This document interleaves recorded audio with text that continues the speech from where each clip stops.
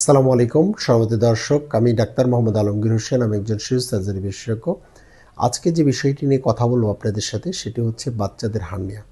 বাচ্চাদের হার্নিয়া নিয়ে আমাদের সকলেরই একটি ভ্রান্ত ধারণা রয়েছে, যে বাচ্চাদের হার্নিয়া দেখার পরে আপনারা মনে করেন যে না, বাচ্চার হার্নিয়া হয়েছে, এখন অপারেশন করার দরকার নেই।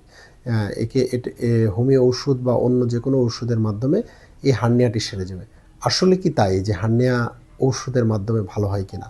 সম্মানিত দর্শক, ঔষধের মাধ্যমে হার্নিয়া কখনো ভালো হওয়া সম্ভব নয়।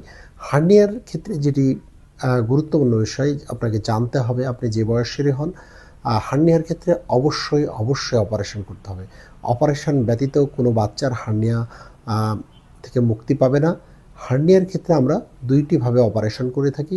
একটি হচ্ছে ল্যাপারোস্কোপির মাধ্যমে, আরেকটি হচ্ছে কেটে করি, ওপেন যেটাকে বলা হয়, খুব ছোট্ট করে কেটে হার্নিয়া অপারেশন করি। সম্মানিত দর্শক, আপনাদের বাচ্চার যদি কারো হার্নিয়া হয়ে থাকে তাহলে আমার সাথে যোগাযোগ করুন। চেষ্টা করব খুব ভালো মানের সেবা দিয়ে সুন্দরভাবে অপারেশনটি সম্পন্ন করার। সবাইকে ধন্যবাদ। আসসালামু আলাইকুম।